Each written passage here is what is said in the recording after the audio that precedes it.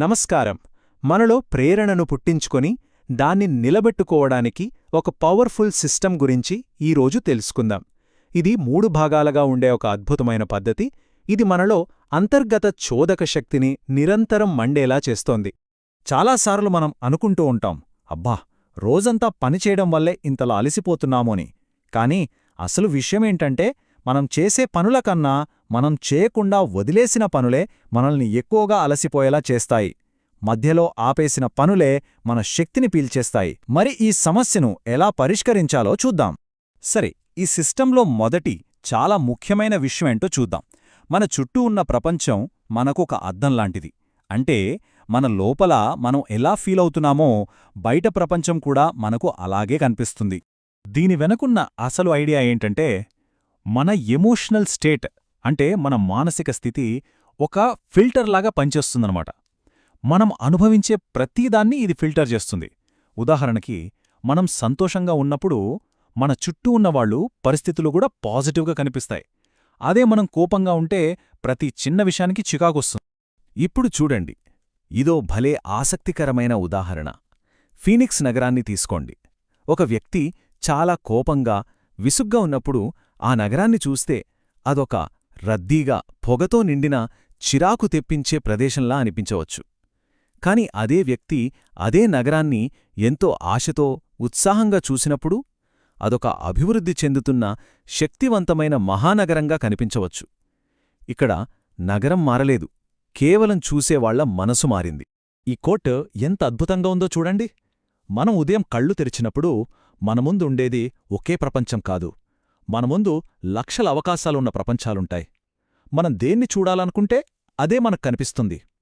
అవకాశాలు వెతుక్కుంటూ రావు, మనం వాటిని చూడటానికి సిద్ధంగా ఉండాలి. సరే, మనస్సులో ప్రపంచాన్ని చూసే విధానం మార్చుకున్నాం. ఇప్పుడు అడిత స్టెప్ ఏంటి? కేవలం చూస్తూ కూర్చోవడం కాదు. మన ప్రేరణను మనమే ఎలా కంట్రోల్ చేసుకోవాలో, మన పర్యావరణాన్ని మనకు అనుకూలంగా ఎలా మార్చుకోవాలో చూద్దాం. ఒకసారి ఇలా ఊహించుకోండి, మన మైండ్ ఒక పెద్ద విమానం, కాక్పిట్ లాంటిది. అందులో మన మోటివేషన్ను కంట్రోల్ చేసే బోలెడన్ని బటన్స్, స్విచ్లు ఉంటాయి. వాటిని ఎలా ఉపయోగించాలో తెలుసుకోవడం మన చేతుల్లోనే ఉంది.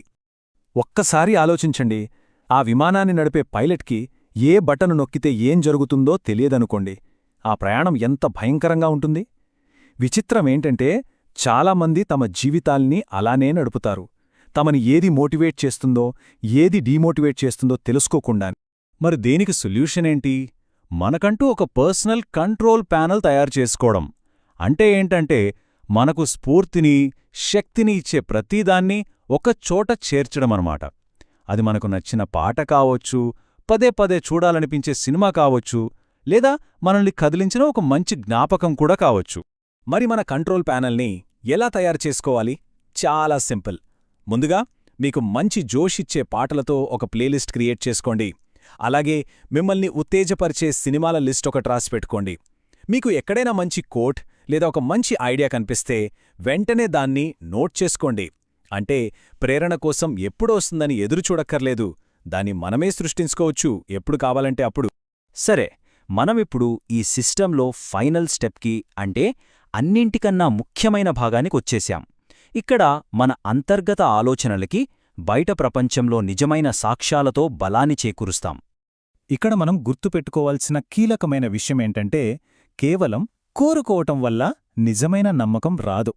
కేవలం నేను చేయగలను అని పదే పదే అనుకోవటం వల్ల వచ్చే నమ్మకం చాలా తాత్కాలికం.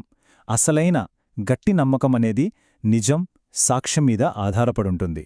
ఈ టేబుల్ చూస్తే మనకు చాలా క్లియర్గా అర్థమవుతుంది.